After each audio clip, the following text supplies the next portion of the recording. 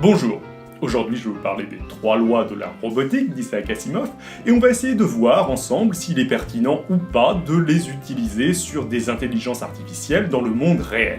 Cette vidéo va être dans un format light, c'est-à-dire qu'elle va être moins préparée, plus spéculative et beaucoup moins montée que d'habitude, j'espère qu'elle vous plaira quand même, et qu'elle vous permettra de patienter avant la sortie de mon prochain gros épisode. Et puis je vais aussi en profiter en fin de vidéo pour vous donner des news. Pour info, ce qui m'a donné envie de vous parler de tout ça, c'est le fait d'avoir été interrogé par ZDNet avec de multiples autres personnes sur le sujet. Je vous mettrai le lien de l'article en description.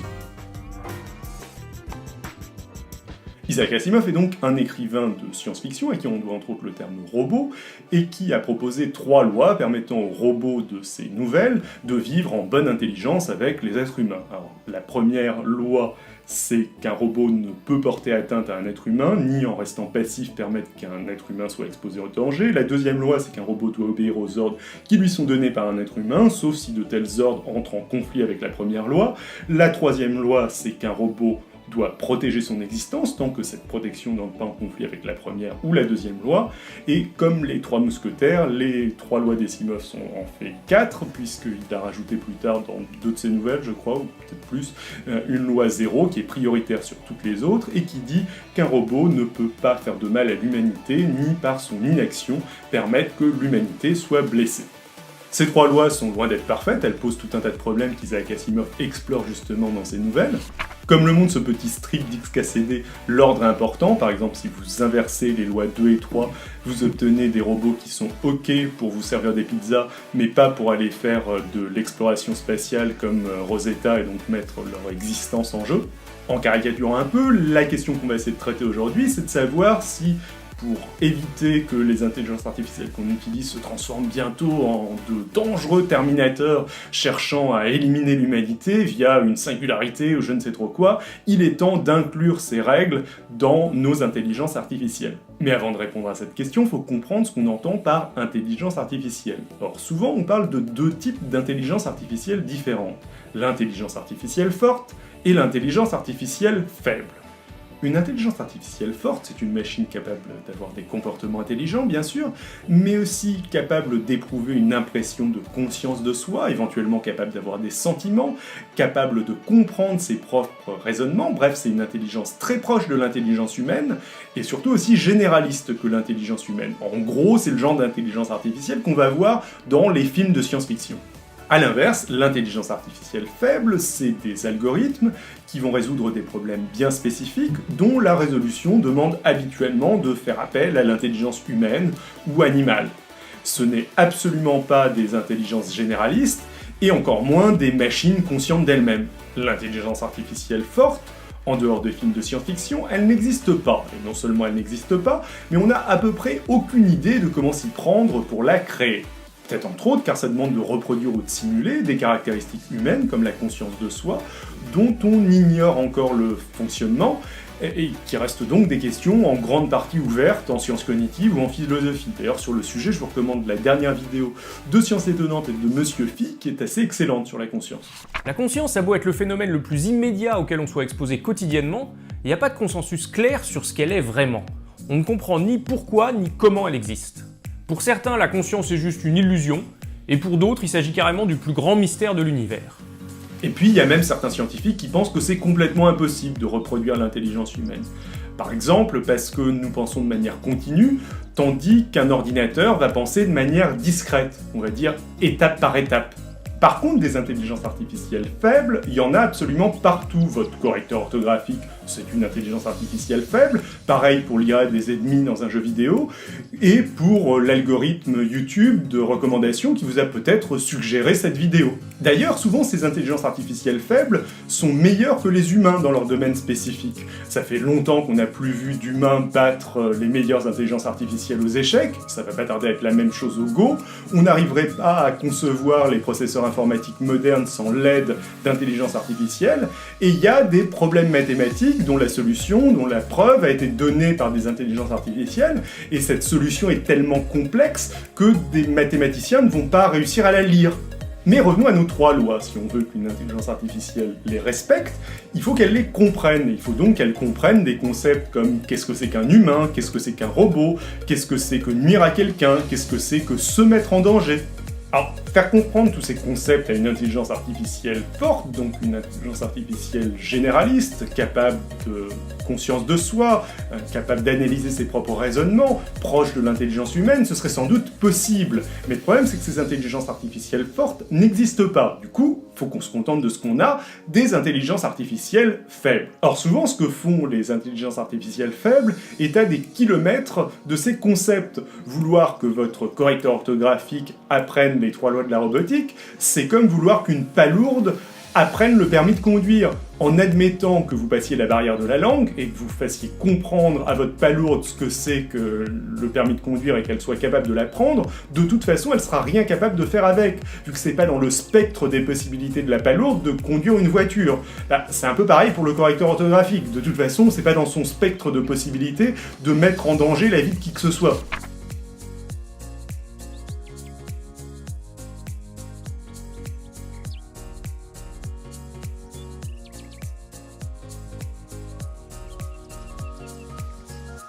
Vous allez me dire, et vous n'aurez pas tort, que là je fais du cherry picking. Je choisis un exemple qui me convient particulièrement bien car il soutient mon propos. Du coup, parlons de quelque chose d'un petit peu moins absurde, le cas des algorithmes évolutionnaires. Le principe d'un algorithme évolutionnaire, c'est de faire évoluer des programmes par sélection naturelle, généralement pour qu'ils réalisent une tâche précise. Si vous voulez en savoir plus, je vous invite à regarder ma vidéo qui s'appelle Vie artificielle sur cette même chaîne, ou écouter ma série de podcasts audio du même nom, je vous mettrai les liens en description. Faire évoluer des programmes par sélection naturelle, ça alimente facilement les fantasmes, les cauchemars. On se dit qu'il va y avoir un bug, que le programme va se reproduire hors de tout contrôle, puis qu'il va vouloir éliminer l'humanité pour assurer sa survie. Et après tout, pourquoi pas, vu de loin, cette crainte peut paraître tout à fait légitime. Alors certains vont se dire, voilà le type d'intelligence artificielle auquel il faut imposer les 3 lois de la robotique. Mais c'est mal comprendre le principe des algorithmes évolutionnaires. Le programme qui va évoluer, il va manipuler des entités qui ont été définies au préalable. Généralement, il va relier une suite d'entrées à une suite de sorties par une équation mathématique ou une suite d'équations mathématiques. Par exemple, si jamais on fait évoluer des programmes pour qu'ils calculent la résistance du béton, aussi longtemps que vous fassiez évoluer les programmes en question, la sortie, ça va toujours être une valeur mathématique unique qui est censée représenter la résistance du béton. Va conquérir le monde avec ça. Ensuite, on peut tout à fait imaginer que ce programme, que cette équation mathématique soit utilisée pour tuer des gens. On peut imaginer faire évoluer le système de guidage d'un missile intercontinental utilisé pour annihiler des populations tout entières. Mais vous comprendrez bien que ce programme n'est qu'un genre d'outil au même titre qu'un tournevis ou que les équations mathématiques d'Einstein. On ne peut pas envisager de lui inculquer directement des valeurs morales.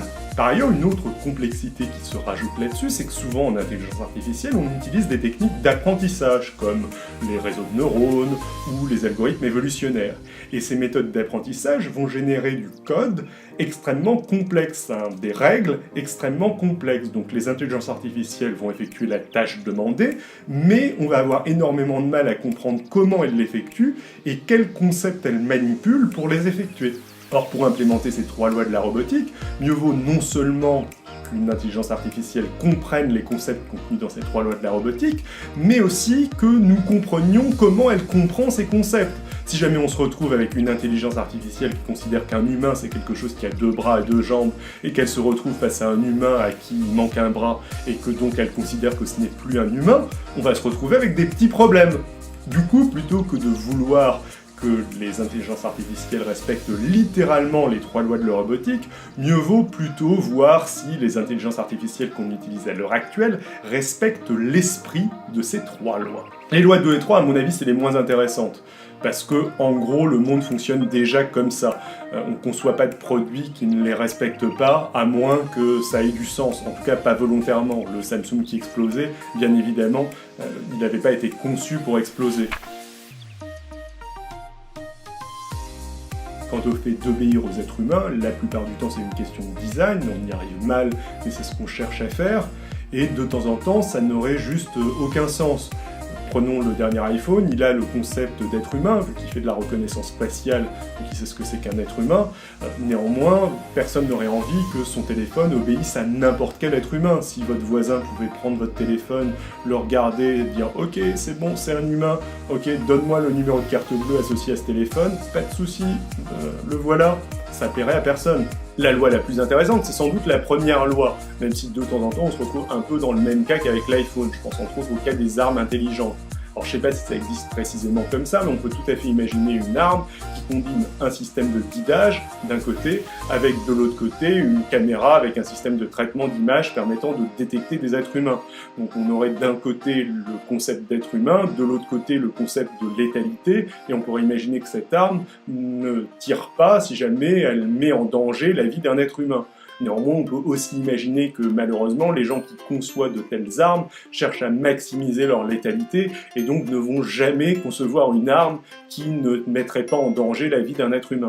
La question la plus intéressante, ça va sans doute être celle des voitures intelligentes. On va se retrouver avec des intelligences artificielles qui vont devoir résoudre de véritables problèmes éthiques de type « est-ce que je mets en danger la vie de mes passagers ?» ou « est-ce que je mets en danger la vie des 3 personnes qui sont en train de traverser la route en dehors des clous ?» C'est des questions qu'on se pose vraiment à l'heure actuelle, genre Mercedes avait déclaré que ce serait toujours les passagers de ces voitures qui seraient prioritaires. Quant à la loi 0, à la base je me disais que c'était complètement absurde d'envisager ce cas, mais en fait on peut imaginer des scénarios dystopiques où elle est envisageable avec la technologie d'aujourd'hui.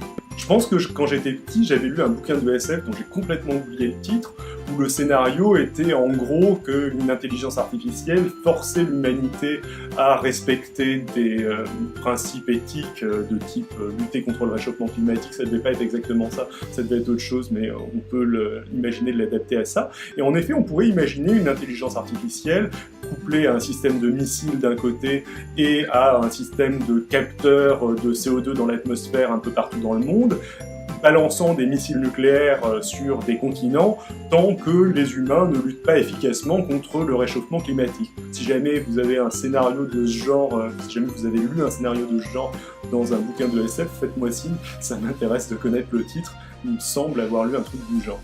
Après, dans ce scénario dystopique, il faudrait trouver des humains motivés pour construire une telle machine et en ayant les possibilités scientifiques, techniques, politiques, et je pense que en imaginant qu'elle soit construite, ce serait pas très compliqué de la feinter. Après, pour conclure, si je pense qu'il est très intéressant de se pencher sur les conséquences que va avoir la multiplication des intelligences artificielles autour de nous, je pense qu'il n'est pas si intéressant que ça de relier tout ça aux 3 lois de la robotique. La question de la vie privée, par exemple, ou encore plus de la répartition des gains de productivité liés à ces intelligences artificielles, me semble être des questions beaucoup plus urgentes à régler que le fait d'implémenter les 3 lois de la robotique. Voilà, c'est terminé. Le but de cette vidéo, c'était entre autres de vous donner un aperçu de ce que j'entendais par des vidéos non montées dans le sondage, auxquelles vous pouvez toujours répondre d'ailleurs. Et puis je me dis que vous proposez un format où j'énonce essentiellement mon avis, qui est beaucoup plus spéculatif que d'habitude, c'est peut-être l'occasion de débattre davantage dans les commentaires. Donc n'hésitez pas, si vous n'êtes pas d'accord ou si vous avez des trucs à ajouter à ce que j'ai dit, à exprimer votre avis, ou même si vous avez des questions sur le sujet, lâchez-vous. Encore une fois, si vous ne l'avez pas encore fait, allez répondre au sondage. Au passage, je répète que je tirerai au sort quelqu'un parmi les répondants et que je lui offrirai un bouquin. Si vous avez aimé, partagez la vidéo sur les réseaux sociaux, ça m'aide beaucoup. Pareil, n'hésitez pas à laisser un commentaire ou un like, ça me fait aussi très plaisir. La prochaine vidéo devrait arriver dans pas très longtemps et elle va parler de l'histoire du racisme. Peace et à bientôt!